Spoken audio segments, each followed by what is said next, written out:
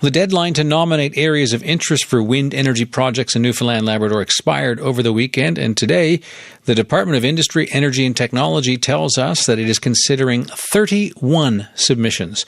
Now, none of these proposals has been accepted yet. In fact, the government still hasn't identified which areas are going to be opened up for competitive bidding. But you'd never know that based on the memorandums of understanding signed last week at a big wind energy conference in Hamburg in Germany. World Energy GH2 is proposing hundreds of wind turbines on the Port-au-Port Peninsula and a big hydrogen plant for the Port of Stephenville, and apparently has the support of both the Halibut First Nation as well as the town of Stephenville, all of which has some opponents of the project crying foul. Darrell Shelley speaks for a group called the Environmental Transparency Committee, and he joins me on the line from Stephenville. Good afternoon. Good afternoon. How are you, sir? Excellent. So the committee of which you are part is against the development, yet the signs seem to say that there is going to be some kind of wind development on the Port-au-Port Peninsula. What's your reaction? Well, I tell you, this really comes down to a situation where there hasn't been a lot of transparency. Like you say, we have an ATIP that shows that John Reesley from World Energy GH2 was sending letters to the government far back as January and in February and into March. So 4 months before they even lifted the wind moratorium. And of course, that sparked a whole series of events, of conversations that were happening between the government and this particular company long before the public or the media was even aware that these conversations were transpiring. And now they're flying people from Stephenville, councillors on the town dollar, to go to Germany to witness this signage that you say that just happened there at the wind conference in Hamburg. So there's a lot of things going on, and you can't find the minutes of these meetings yet. There's not a lot of information as to what's really going on behind closed doors, and it has the citizens in Port-au-Port concerned because they're talking about putting 164 of them out there. Right. I remember when we covered the initial idea that 160, and I think that Mr. Risley was trying to say that there wouldn't be any that would be closer to each other than 1 kilometer. But I just want to come back to something else you said. So you said that people, certain town officials in Stephenville were flown to Germany on taxpayers' dime. How do you know that? I had a text message confirmation from a councillor and the mayor himself. Okay. What other information requests have you made?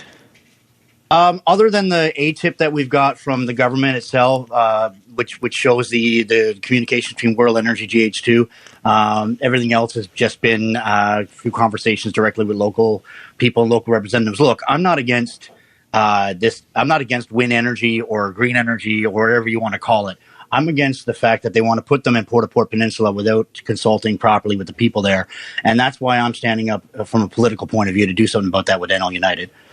So it's the lack of consultation that bothers you? Absolutely. I mean, they're talking about putting these things are 650 feet high. You know, 3 times the size of the tallest building in Newfoundland and Labrador. And they're talking about putting 164 of them out there. They're going to tear up the whole interior of Port-au-Port. And if you know anything about that area, it's hard to get in and out of there on a normal day with traffic, let alone if they're going to be having construction and putting new roads in behind the, in the backcountry there. Right. I've been there a couple of times, and it's beautiful. But you're right; it's pretty rugged. But I guess if Risley's pockets are as deep as I think this consortium is, I think building all the roads and the infrastructure, I think they would say, "Listen, we've got that covered." Yeah, I mean, that's not the issue. It's not. It's about first of all, the inconvenience of it is going to be, huge. You won't be able to get in and out of there very easily during the construction phase. But again, it's not just that. These are permanent installations that are going to tear up the land. I mean, the size of these things, you're talking about, kilometers and kilometers of rebar and concrete, and you got to get that energy transported in power lines and power grids. They're talking about going through a graveyard, for God's sakes. So just tell me clear here, because you said you're against more the process than the actual technology. Is there some other place where you think these turbines could go that you'd be okay with? Well, initially they were talking about doing them offshore, and that was something that was in the original correspondence before the moratorium was lifted, and that wouldn't affect people directly, at least not their homes. We know that these things lower property value, increase insurance rates. There's a lot to be said about it, but if they're offshore and they're away from people's homes, then that probably wouldn't be an issue. And I'm standing up here because I was asked as the leader of NL United, I was approached by the locals because none of the other politicians in the area would do anything at all. So I listened to their concerns. I researched wind turbine technology. I looked into it, and none of this added up. And of course, the Canada, Newfoundland, and Labrador Offshore Energy Board controls the offshore. And as soon as Riesly knew that from Parsons, from the correspondence we have in the ATIP, they stopped talking about offshore and they started talking about onshore. And I'm not sure why, but that was it. Right, yeah. So you're talking about Andrew Parsons, the minister. Yeah, it seems to me that they were going to go offshore with it, but when CNLOEB got involved, they decided to go onshore with it and had letters from town mayors, Halapu Chief, and Measle Joe from Conn River all sign on before the public was even aware. Right, but but Measle Joe is with a different company, right? That he's signed on with, yeah. But he's also part of the dealings with Riesly. That's the concern. It's like, why aren't the minutes of the meetings of the Indigenous being released to their own members, right?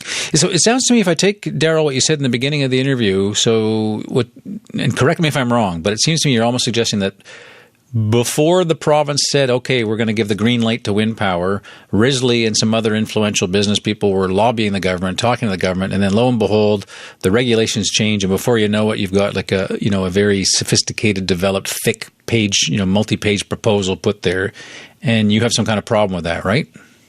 Well, yeah, I mean, Brendan Paddock is involved with them. I mean, there's other people involved there. Here's the thing that really gets me. It's, they're talking about doing an offshore project, then an onshore project, and then the public's not aware of it. You've got Indigenous leaders signing on to it. And the next thing you know, Trudeau's coming to Stephenville to sign a green energy deal in August 23rd. And of course, they've got all these CEOs from all these other wind energy companies flying in to have this meet and greet. But it seems to me that the ink was already drying on the paper. And I wonder what those other big companies are going to have to say when they find out that they were dealing with a situation where they really didn't have any chance of even getting a foot in the game here.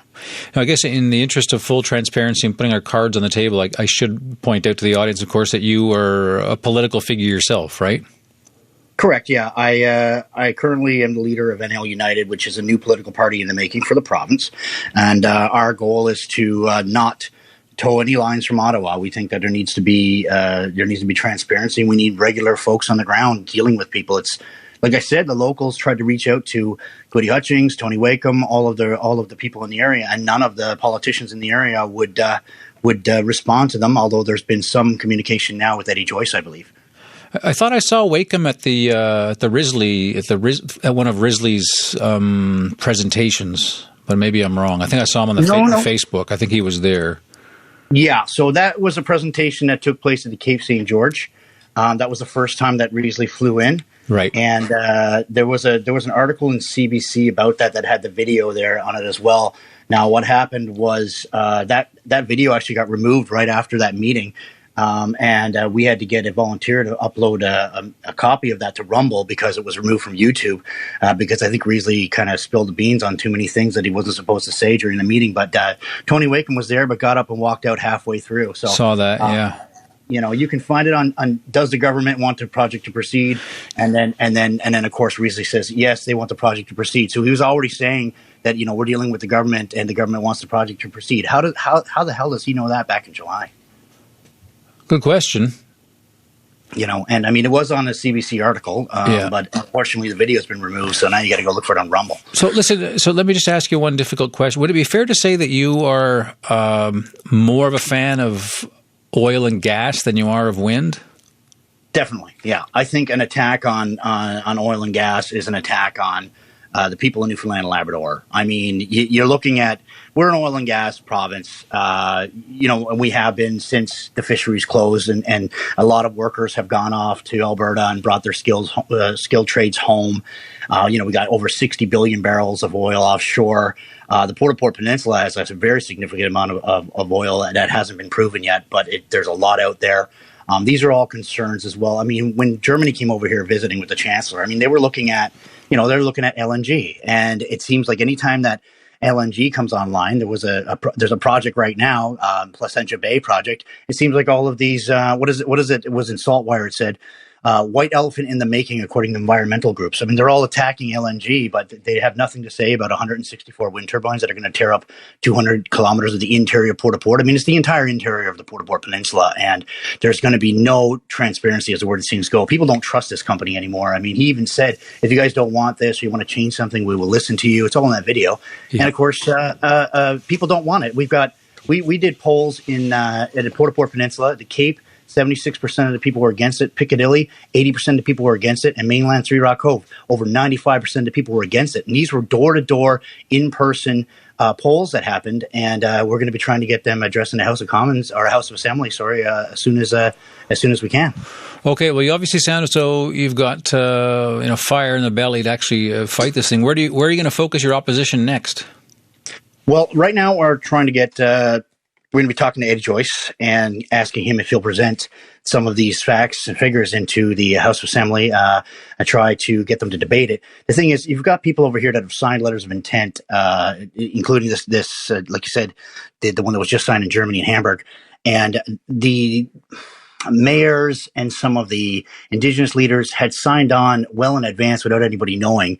And I think that they've given this perception that everybody wants this to go ahead. But when we went out and spoke to people, it was a different thing. I mean, in the very first week and a half, we got over 700 signatures against this. And there's a committee right now of 25 of us, and we are dedicated to stopping this from happening in Port-au-Port. You can correct me if I'm wrong, Darrell, but it sounds to me as though you and the NDP are on the exact same side of this for completely different reasons. I don't know where the NDP stands. I haven't been paying attention to them. Listen, appreciate your time, and no doubt we'll be talking again. Thank you very much. Yeah, thanks for giving me the opportunity to speak today, Anthony, and you have yourself a good one. All right, thank you. That's Darrell Shelley. He speaks for a group called the Environmental Transparency Committee. What do you make of some of his claims and assertions in that interview? I'd like to hear what you think. For those of you on the Port-au-Port Peninsula, does Darrell Shelley have a point? Talk back. 1-800-465-6846. It's 1-800-465-6846 here in the St. John's area, 576-5207. You can email us at onthego@cbc.ca, and we are on Twitter at onthegocbc, or you can also get to me on Twitter at Anthony Germain.